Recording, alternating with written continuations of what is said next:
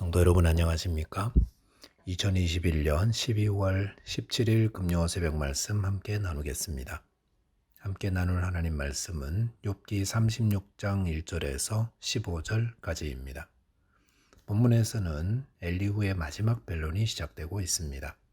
본문을 통해서는 고통을 이야기할 때 겸손해야 한다는 것과 고난을 통해 하나님의 뜻이 이루어지기를 위해 기도해야 한다는 사실에 대해 묵상하겠습니다. 첫째 묵상할 내용은 고통을 이야기할 때 겸손해야 한다는 것입니다. 본문 1절과 2절 보시면 엘리후가 말을 이어 이르되 나를 잠깐 용납하라. 내가 그에 대에게 보이리니 이는 내가 하나님을 위하여 아직도 할 말이 있음이라 라고 하였습니다. 엘리후는 고난당하는 욥에게 하나님에 대해 할 말이 더 있다고 양해를 구하고 있습니다. 그러면서 3절에 보시면 내가 먼 데서 지식을 얻고 나를 지으신 이에게 의를 돌려보내리라 라고 하였습니다. 여기서 먼 데서 지식을 얻는다라는 것은 광범위하게 습득한 지식 혹은 하나님께로부터 받은 지식을 의미합니다. 이를 통해서 엘리후는 하나님이 의로우신 분임을 증명하겠다고 말하고 있는 겁니다. 엘리후는 아마도 하나님에 대한 다양한 지식을 얻고 하나님의 의에 대해 다른 사람들보다 훨씬 더 잘 알고 있었던 것 같습니다. 자, 그럴 때 어떻게 해야 할까요? 겸손해야 합니다. 내가 여기 있는 사람들보다 하나님에 대해, 믿음에 대해 더 잘 안다고 생각이 들 때, 그때 조심해야 합니다.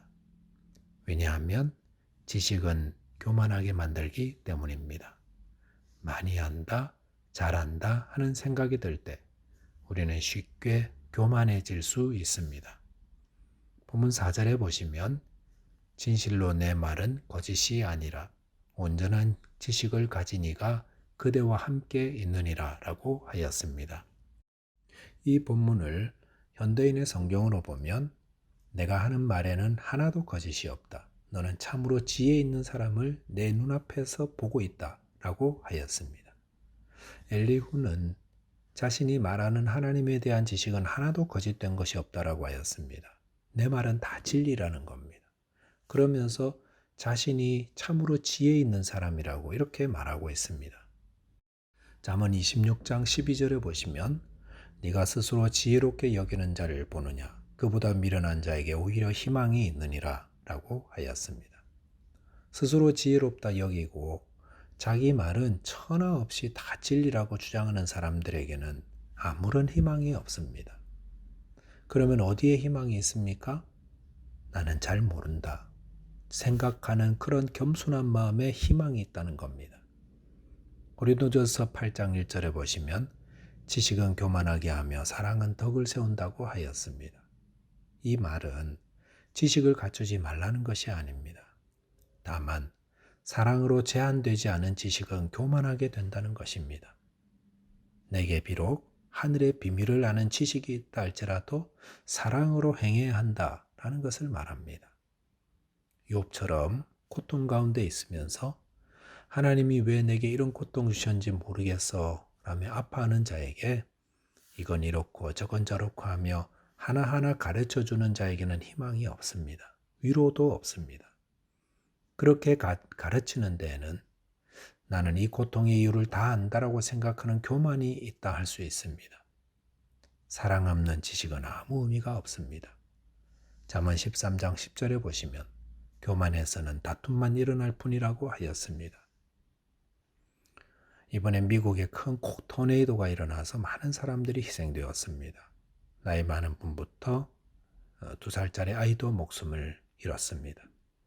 이런 사고를 보며 사람들은 하나님이 계시냐고, 하나님 계시면 이럴 수 있느냐고 항변하기도 합니다.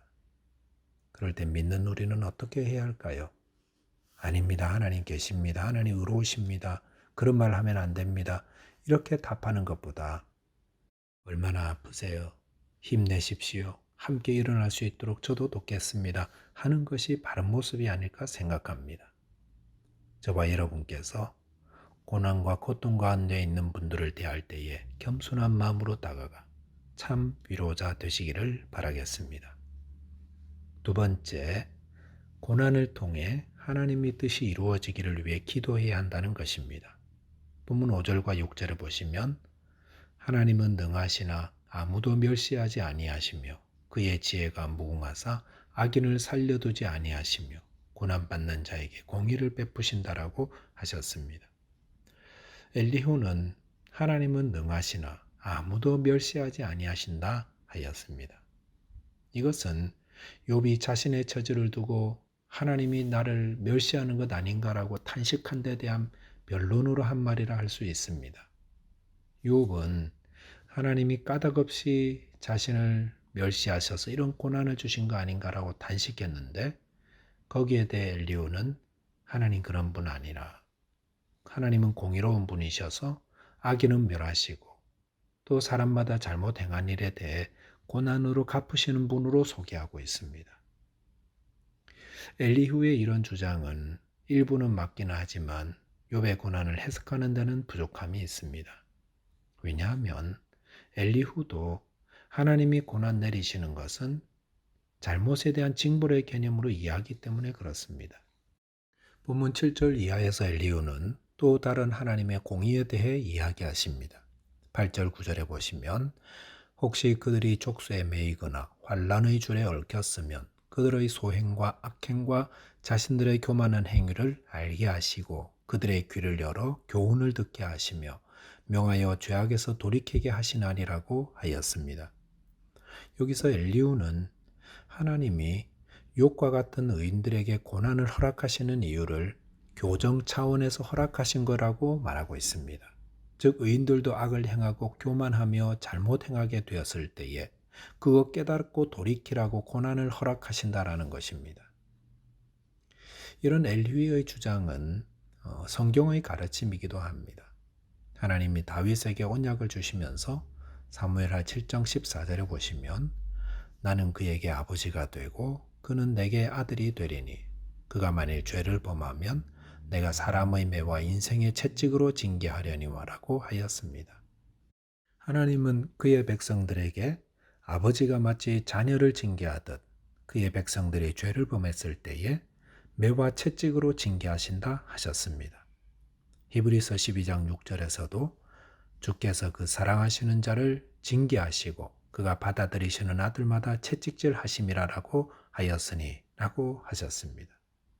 이것도 역시 성도가 범죄할 때에 하나님이 그를 죄에서 돌이키게 하기 위해 채찍을 드신다라고 하셨습니다. 그러므로 오늘 이 엘리후를 통해 말씀하신 대로 성도는 혹시 고난 가운데 자신에게 회개해야 할 어떤 죄가 있는 것은 아닌지 스스로 돌아보는 것이 필요하다 할 수 있습니다. 그런데 하나님이 고난을 허락하실 때 그것은 늘 죄와 연관되어 있는 것은 아닐 수 있다는 것을 알아야 합니다. 특별히 욥과 같이 하나님의 뜻을 이루기 위한 고난도 있다는 것입니다. 바울은 성도가 주님의 영광에 동참하기 위해 받아야 할 고난이 있다고 하였습니다. 그래서 로마서 8장 18절에 보시면 생각하건대 현재의 고난은 장차 우리에게 나타날 영광과 비교할 수 없도다라고 하였습니다. 하나님이 성도들에게 허락하신 고난에는 징계하기 위한 것도 있고 또한 하나님의 뜻을 이루기 위한 것들도 있습니다. 그러므로 우리는 고난의 이유가 무엇인지 속단하지 말아야 합니다.